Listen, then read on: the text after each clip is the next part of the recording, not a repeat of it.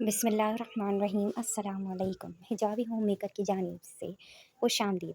अच्छा ठीक है, ये जो मैं व्लॉग डाल रही हूँ ये है ईद से पहले का व्लॉग। और काफ़ी बहुत ज़्यादा मसरूफ़ ज़िंदगी गुजर रही है।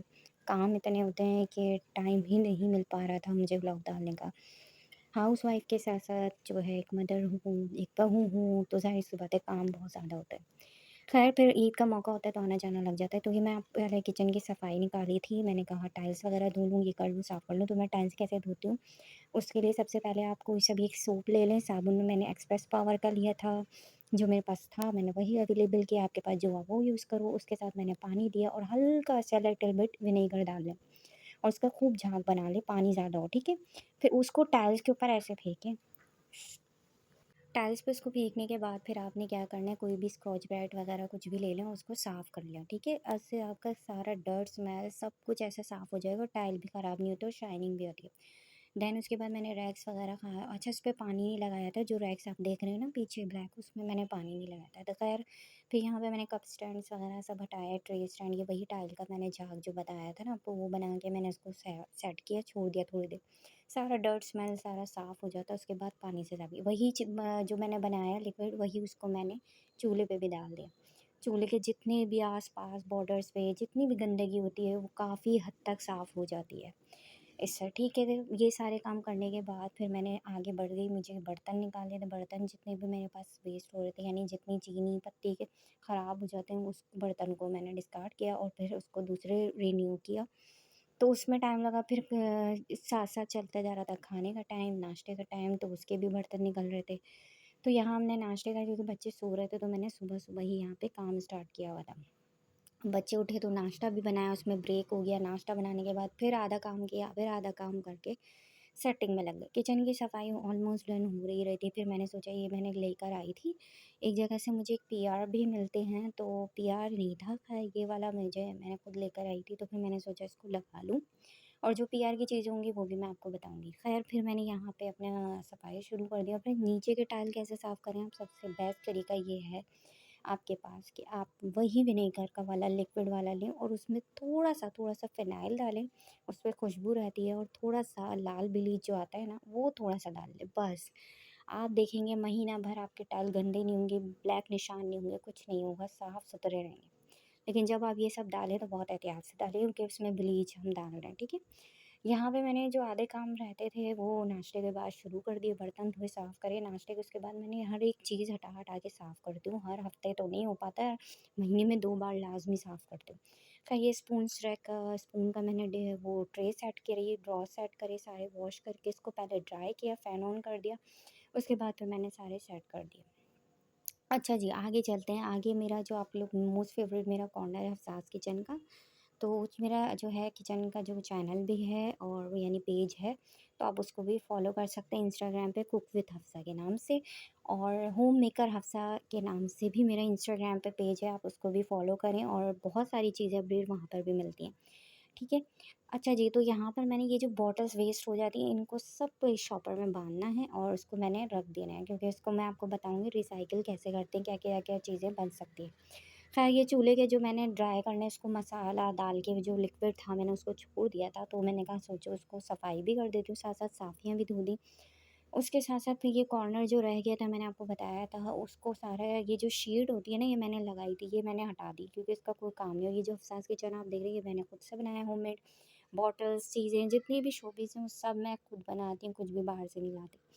अच्छा जी, तो यहाँ से मैंने स्टार्ट किया वही वाला पाउडर डाल के उसको थोड़ी देर रब किया, रगड़ किया, यानी कि स्कॉच ब्राइट से इसको सही से रब करके फिर इसको छोड़ दिया। अच्छा, ये लोहे वाली चीज़ें होती हैं, आयरन वुड वाली चीज़ें आयरन की होती हैं, तो उसको मैं पानी नहीं लगाती, उसको मैं गीला कपड़ा नहीं करती, उसको सिर्फ हल्का सा ड्राई कपड़े से साफ़ कर देती हूँ।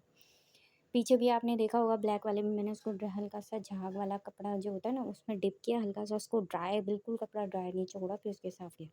यहाँ मैंने पूरा किचन चूल्हा हटा के सारा साफ़ कर दिया था, सारा एक्स्ट्रा, तो बहुत सारी वीडियो लेंदी हो जाती, तो इसलिए मैं ये सफाई का टाइम आपको बता रही हूँ। जो एक किचन के नल वगैरह जो होते हैं ना, ये भी उससे बहुत अच्छे साफ़ हो जाते हैं, क्योंकि इसमें सारे डर्ट्स वगैरह साफ़ हो जाते हैं। अच्छा, एक और की टिप्स मैं आपको दे दूँ, अगर आपके पास रबर बैंड हो, चीज़ें हों, इधर-उधर फेंक रही हो, तो रबर बैंड जो है ना, आप एक ऐसी जार में रख लें जो फेयर एंड लवली हो, कोई भी तिब्बत हो, तो उन चीज़ों में किसी भी जार को वॉश करके रख लें, उसमें पाउडर भर दें, टैल्कम पाउडर, और उसमें रबर बैंड डाल दें, तो कभी भी यकजा नहीं होते, एक जगह जॉइंट नहीं होते और ख़राब नहीं होते। ये यूज़फुल टिप है, आप ज़रा देखिए। यहाँ देखिए मैंने चूल्हा जैसा साफ़ करना शुरू कर दिया। आप अभी विज़िबल रिज़ल्ट देखिएगा इसका, कितने अच्छे से ये साफ़ हो रहा है। ख़ैर फिर मैंने साफ़ करने के बाद यहाँ पे अपना वाइंड अप सारे काम करती रही, जितने भी इधर मैंने बताया ना, दिन का खाना है, सुबह का खाना है, ये काम ख़त्म ही नहीं होते किचन के। आप लोग सब खुद ही वाकिफ़ हैं, जो मुझसे जुड़ी हर वाइफ़ है या मदर हैं। तो ये काम तो ख़त्म होते ही नहीं है ज़िंदगी में। अच्छा जी, तो मैं आगे आपको कुछ ऐसे व्लॉग्स भी दिखाऊँगी जिसमें कम बजट में बहुत प्यारी-प्यारी आप चीज़ें बना के यूज़ कर सकते हैं। जितने आगे वीडियो में आप ये देख रहे हैं सारे स्पून्स वगैरह, वो सब मैंने खुद से बनाए थे। लेकिन इनकी ऑफ़ कोर्स वीडियो नहीं बना पाई, तो ये इसी वजह से। अब ये मैं आगे गई हूँ काम के लिए बाहर लाउंज एरिया, क्योंकि पहले मैं गई, क्योंकि किचन में मेरी हालत बुरी हो चुकी थी काम करके। फिर मैं चेंज-वेंज किए कपड़े, उसके बाद फिर मैंने लाउंज एरिया साफ़ करना शुरू कर दिया, डाइनिंग एरिया का सारी शीट वगैरह साफ़ करना शुरू कर दी। काम इतने सारे होते हैं और टाइम नहीं मिलता। पहले सारे सेटिंग करी डाइनिंग एरिया की, इसकी उसके जितने भी कपड़े हैं वो सब चेंज करके उसको वॉश करने डाले। फिर आ गई मैं ड्राइंग रूम की झाड़ू जाले साफ़ करने, क्योंकि बहुत सारे जाले हो रहे थे, वो साफ़ किए। हालाँकि 2 दिन 3 दिन के गैप से मैं साफ़ करती हूँ, लेकिन फिर भी हो रहा है, क्योंकि मेन रोड है, मेरे घर का एरिया ऐसा है कि वहाँ पे बहुत ज़्यादा बड़ी व्हीकल्स यानी टैंकर वगैरह सब जा रहे होते हैं, तो जिसकी वजह से ये ख़राब हो जाता है। अच्छा जी, तो फ़ैन वगैरह साफ़ करने के बाद फिर मैंने सारा कचरा वगैरह समेटा, लाउंज का एक तरफ का साफ़ हो गया था। फिर मैं आ गई आगे की तैयारी के लिए, क्योंकि मुझे लाउंज एरिया के बाद अपने बच्चों का, जो मैंने किड्स प्ले एरिया बनाया था, इसकी भी जल्द वीडियो आने वाली है, वो भी दिखाऊँगी। तो वहाँ का मैंने सब साफ कुछ शुरू कर दिया कि ये किड्स प्ले एरिया जो आपको इतना प्यारा छोटा-मोटा सा अच्छा लग रहा है, तो ये ऐसा नहीं था। पहले कुछ भी नहीं था, बहुत ख़राब एरिया था, तो फिर मैंने इसको यूटिलाइज़ करके इसको साफ-सुथरा करके ऐसी चीज़ें बना दी, जो घर में रखी हुई थी, वही टॉयज़ बच्चों के कारामाद आ गए। खैर मैंने फिर यहाँ की सफाई स्टार्ट करी, बच्चों की सेटिंग करी, फिर साथ-साथ मैं नहाने चली गई। नहाने के साथ-साथ पहले मैंने कपड़े धोए सारे, जितने भी हाथ से धोने वाले बच्चों के कपड़े होते हैं, वो सब साफ़ किया। और टाइम का पता ही नहीं चलता। फिर शाम में 5 बज गए और बच्चों को लेके ऊपर चले गए, और बच्चों से थोड़े छोटे-मोटे काम कराना चाहिए, नेकी के काम, यानी कि कबूतरों को दाना। फिर मैं नीचे आ गई शाम, आज मैंने पूरा काम समेटना था, फिर मैंने फ्रीज़र और फ्रिज की सफाई स्टार्ट कर दी, क्योंकि ऑब्वियसली आपको पता है कि ईद-उल-अज़हा आ रहा है और उसके लिए मुझे काम समेटना था। खैर आप लोग जब ये व्लॉग देख रहे होंगे तो ईद-उल-अज़हा जो है गुज़र चुकी होगी। तो ये सारा सामान समेटने के लिए पूरा टाइम लग जाता है, एक फ्रिज ही पूरा समेटने के लिए बहुत ज़्यादा टाइम लग जाता है, तो ये मेरा पूरा दिन ऐसे ही जाता रहा। साढ़े 5-6 बजे का टाइम हो रहा था ये, और उसके टाइम पे भी इतनी गर्मी थी, आप लोग को अंदाज़ा होगा, ईद वाले दिन भी गर्मी थी, इससे पहले भी और अब तो बहुत ज़्यादा गर्मी बढ़ गई है। तो इस काम में मुझे बहुत ज़्यादा टाइम लगा, एक-एक चीज़ निकालने में, एक-एक चीज़ समेटने में, एक-एक सब कुछ बहुत काम बढ़ जाता है काम। खैर फिर मैंने फ्रिज की सफाई कैसे करती हूँ, आपको सब अच्छी सी ट्रिक बताती हूँ। उसके लिए सबसे पहले आपको क्या करना है, एक सॉल्ट लेना है, सॉल्ट जो है आपने पूरी बर्फ़ जो जम जाती है उसके ऊपर डाल देना है, छिड़क देना है अच्छे से। अब ज़रूरी नहीं है आप घर का ही वाला सॉल्ट जो आप यूज़ करते हैं वो इतना सारा छिड़क दें और ख़त्म कर दें, ज़ाया कर दें। आप लाहौरी नमक ले लेते हैं, वो बहुत मतलब ईज़िली सस्ता पड़ जाता है, कॉस्टली नहीं पड़ता, इन सब चीज़ों के लिए वो यूज़ कर लिया करें। तो खैर मेरे पास था, तो मैंने वही यूज़ कर लिया, और बर्फ़ पे मैंने सारा वो सॉल्ट डाल के 5-10 मिनट के लिए छोड़ दिया। उसके बाद बर्फ़ खुद ही पिघलने शुरू हो जाती है और फ्रिज बंद कर दें। उसके बाद आपने एक और ट्रिक करनी है कि गर्म पानी लेके उस फ्रिज में डालते रहें, हल्का-हल्का, हल्का-हल्का डालते रहेंगे, पूरी बर्फ़ आपकी सेल ऐसे निकलेगी जैसे आपने साफ़-सुथरा खुद से कर दिया, और इस त एकदम से निकल जाएगी और बिल्कुल साफ़-सुथरा हो जाएगा। बाकी मैं अपने रूम की तरफ आ गई, रूम की तरफ सफाइयाँ-वफाइयाँ करने के बाद, ये दूसरे दिन का क्लिप है। ये आप लोग जो देख रहे हैं ना, रूम का मैंने दूसरे दिन किया था काम। तो यहाँ मैंने अपने रूम की सफाई स्टार्ट कर दी थी, पूरा मैंने जो है गीला कपड़ा लेती हूँ पोंछे का, उसमें मैं डालती हूँ सर्फ़, सर्फ़ के साथ डाल देती हूँ थोड़ा-सा विम लिक्विड वाला जो होता है वो डाल देती हूँ, और फिर उसको एक टी-शर्ट पुरानी लेती हूँ, उसको ब्रश में लगा लेती हूँ आगे। शायद वो क्लिप मैंने डाली हो, मेरे ख़्याल से मे बी मैं आपको बता दूँगी। तो वो मैंने आगे जो ब्रश होता है ना उसके मुँह पे लगा देती हूँ टी-शर्ट अच्छे से, और फिर वो सफाई स्टार्ट कर देती हूँ। इस तरह फिर साफ़-सुथरा हो जाता है एरिया पूरा। हर दीवार ऐसी हो जाती है जैसे ना कलर डैमेज होता है ना कुछ होता है, और साफ़-सुथरी दीवार, बच्चों के पेंसिल के निशान इतने होते हैं, चीज़ों के होते हैं, वो मेरा रूम ऐसा हो जाता है, निखर जाता है, ऐसा लगता है दोबारा कलर करवाया हो। इसी तरह फर्नीचर की सेटिंग कैसे करनी है, फर्नीचर की सेटिंग के लिए सबसे पहले आपने फर्नीचर साफ़ कैसे करना है, आपने सबसे पहले कोई सा भी एक ऑयल ले लेना है, और उस ऑयल में आपने थोड़ा-सा विनेगर डालना है, और उसको आप पूरे फर्नीचर पे कर दें। ना लकड़ी ख़राब होगी, गारंटी है, ना कीड़ा लगेगा, ना ही कुछ और होगा, शाइनिंग अलग आएगी। हाँ, विनेगर की थोड़ी स्मेल आती है, 1 दिन के लिए आती है, लेकिन उस फिर आप रूम स्प्रे या कुछ ऐसा करके उसमें एडजस्ट कर सकते, लेकिन वो उन फर्नीचर के लिए जो वुड वाले हों, वो नहीं जो डीको वगैरह के होते हैं, वो उसका मुझे नहीं पता, लेकिन वुड वाले साफ़ हो जाते हैं। ये देखिए पेंसिल के निशान मेरे बच्चों ने इतना मारे थे, तो फिर मैंने वही वाला जो है साफ़ किया, उससे बिल्कुल साफ़ हो गए थे। ब्रश वाला जो मैंने आपको बताया ना ट्रिक, सर्फ़ और उसका डाल के विम का, तो उससे बहुत जल्दी साफ़ होता है। अभी शीशा साफ़ कर रही हूँ ग्लास क्लीनर से। उसके बाद फिर दूसरी ड्रेसिंग वगैरह की सफाई आ जाती है, वो सब काम करने होते हैं, और साथ-साथ मुझे ये भी सोचना था कि रात का खाना मैं क्या बनाऊँ?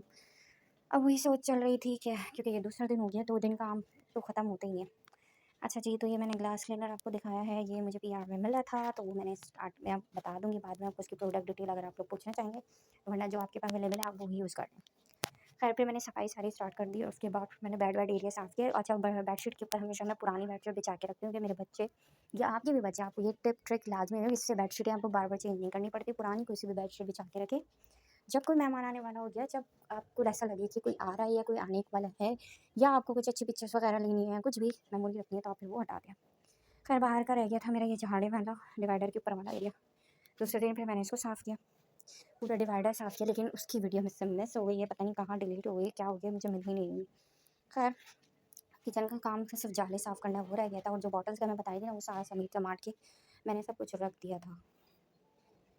अब जो ये आप देख रहे हैं ना, टाइल्स देख रहे हैं कितनी शाइनिंग मार रहे हैं, ये वही मैं लिक्विड है जो मैंने बनाया था घर पे, और इससे ज़बरदस्त आता है ये लुक कि आप बता नहीं सकते। आप एक बार आजमा के ज़रूर देखिएगा जो मैंने आपको बताया ये टिप्स।